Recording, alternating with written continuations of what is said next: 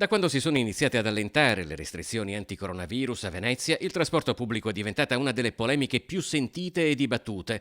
Al graduale ritorno alla normalità non è infatti corrisposto un graduale ritorno delle corse di bus e vaporetti. ACTV lamenta un mancato incasso di 108 milioni di euro, soprattutto per mancanza di turisti. Ma non tutti sono convinti. Il consigliere del gruppo misto, Renzo Scarpa, ha scritto al presidente della regione Zaia e al prefetto Zappalorto sostenendo che i numeri arrivati all'ottava commissione consiliare raccontano un'altra storia.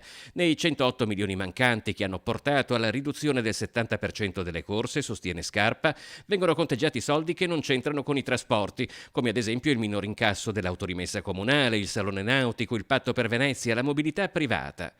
Scarpa fa tra l'altro parte del gruppo bipartisan, nato durante l'ultimo referendum, che comprende politici, sindacalisti, imprenditori in uno spettro che va da destra e sinistra, di cui fa anche parte Jacopo Luxardi, manager veneziano, laureato alla Bocconi, che parte dall'utile da quasi 2 milioni di euro dichiarato dall'azienda l'anno scorso. Il valore di utile corrisponde più o meno a quello presentato, tanto che addirittura per quest'anno il conto economico preventivo prevedeva una chiusura inutile.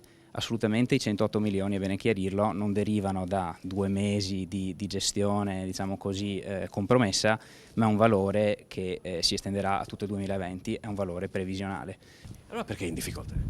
È in difficoltà perché sicuramente ACTV ha una gestione che è un po' distorta, è distorta come è stato dimostrato anche qualche tempo fa da alcuni conti presentati dal segretario Costalonga, segretario d'UDGL, e dimostrano questa distorsione dovuta alla esuberanza turistica a Venezia. ACTV riceve infatti trasferimenti inferiori rispetto a quelli di altre aziende di trasporto pubblico locale veneto.